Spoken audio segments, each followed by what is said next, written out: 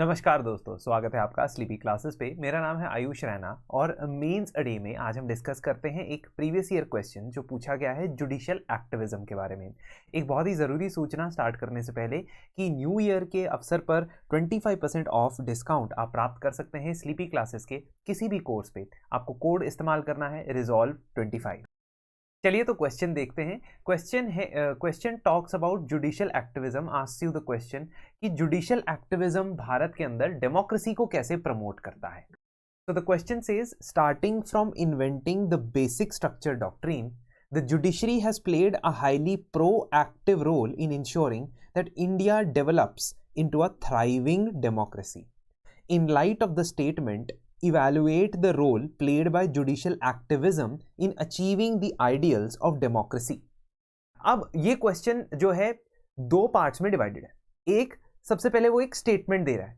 इस स्टेटमेंट में ये बताया गया है कि बेसिक स्ट्रक्चर डॉक्ट्रिन को सुप्रीम कोर्ट ने इन्वेंट किया है।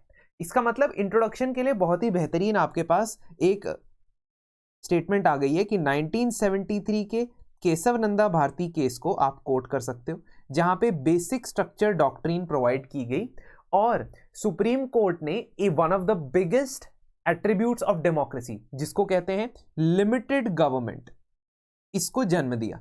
लिमिटेड गवर्नमेंट का मतलब कि लेजिस्लेचर के पास एक लिमिटेड सेट ऑफ पावर ही है कॉन्स्टिट्यूशन को बदलने की, अमेंड करने की। उसकी पावर पे कोई लिमिट लगी हुई है। इसका मतलब रूल ऑफ लॉ चलेगा, ना कि रूल बाय लॉ। दोनों में क्या डिफरेंस है?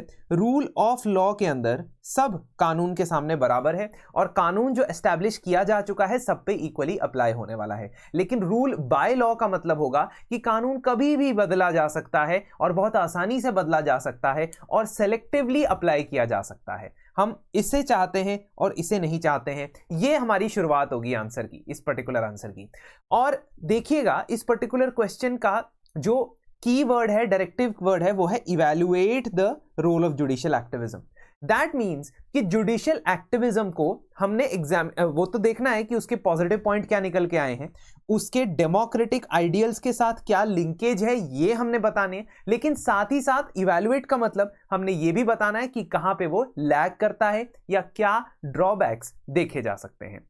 तो सबसे पहले आप इंट्रोडक्शन में केशव नंदा भारती केस को साइट करते हुए बताओगे that in this particular judgment the supreme court introduced basic structure doctrine which provided us the concept of limited government, that is constitutional government. Although limited government पहले भी थी, फंडामेंटल राइट्स पहले भी थे, लेकिन पहले ऐसा सरकार और लेजिस्लेचर मान रही थी कि हम फंडामेंटल राइट्स को जैसे मर्जी चाहे बदल सकते हैं, बट यहां पे एक रोक लगा दी गई। फिर जो next main part of the answer है उसको आप तीन पार्ट में डिवाइड करोगे। पार्ट नंबर 1, जुडिशियल एक्टिविज्म के बारे में थोड़ा सा बताओगे कि जुडिशियल एक्टिविज्म होता क्या है। देखिए टेक्निकल डेफिनेशन जो है जुडिशियल एक्टिविज्म की वो ये है कि it is a philosophy of judicial decision making whereby जजेस allow their personal views about public policy to guide their decisions, usually with the suggestion that adherents of this philosophy tend to find constitutional violations and are willing to ignore precedent. इसका मतलब क्या हुआ? इसका मतलब basically ये होता है कि एस्टैब्लिश्ड पैटर्न से हटके भी जुडिशरी कॉन्स्टिट्यूशन को इंटरप्रेट कर सकती है। In fact going above and beyond what is the requirement of the judiciary, they can play an active role, जहां पे ये कहा गया ना proactive role in the socio-economic development as well as they can play a proactive role in upholding democracy. आपका जो main purpose है यहां पे वो डेमोक्रेसी के आइडियल्स के साथ जुडिशियल एक्टिविज्म को लिंक करना है। आगे मैं इसको डायग्रामेटिकली कैसे दिखाना है वो भी बताऊंगा। तो आप कैसे लिंक करोगे? इंपॉर्टेंस ऑफ जुडिशियल एक्टिविज्म में सबसे पहली इंपॉर्टेंस है फंडामेंटल राइट्स को प्रोटेक्ट करना। अपनी अलग अलग जजमेंट्स के थ्रू, चाहे वो होमोसेक्सुअलिटी के लीगलाइजेशन हो, डीक्रिमिनलाइजेशन की बात हो, या वो बात हो सेक्शन 498 ऑफ आईपीसी के अंदर जो जेंडर बायस्ड कानून है उसको बदलने की, ये सारी चीजें फंडामेंटल राइट्स प्रोटेक्ट करने, अपहोल्ड करने के लिए जजमेंट्स आती हैं। इन जजमेंट्स को फंडामेंटल राइट्स की प्रोटेक्शन का एक हिस्सा माना जाता है। Second, constitutional morality. Constitutional morality का मतलब कि जो एस्टैब्लिश्ड प्रिंसिपल्स है संविधान में, liberty, equality, fraternity, social justice, इनके बेसिस पे अपनी जजमेंट का स्कोप एक्सपैंड कर देना, ये भी देखा जाता है। से for example when you talk about right to privacy as a fundamental right, 2017 में justice K S. Puttaswamy versus union of India case में सुप्रीम कोर्ट कहता है कि प्रिवेसी एक फंडामेंटल राइट है अंडर राइट टू लाइफ। इसी तरीके से राइट टू लाइफ के अंदर बहुत सारी चीजों को इंक्लूड किया गया, उसका स्कोप एक्सपैंड किया गया। अब संविधान में तो ऐसा नहीं लिखा था डायरेक्टली कि राइट टू लाइफ के अंदर क्या क्या चीजें आनी चाहिए, लेकिन जुडिशियल एक्टिविज्म का परिणाम स्वरूप आप देखते हो कि जुडिशरी इस तरीके की जजमेंट्स देती है। सिमिलरली जुडिशरी ये भी देखती है कि गुड गवर्नेंस हो रही है या नहीं हो रही। This is also important in the democracy. एक डेमोक्रेसी सिर्फ नाम के लिए एपिसोडिक डेमोक्रेसी हो सकती है, लेकिन फंक्शनल डेमोक्रेसी वो तभी बनेगी जब गुड गवर्नेंस हो उस देश में।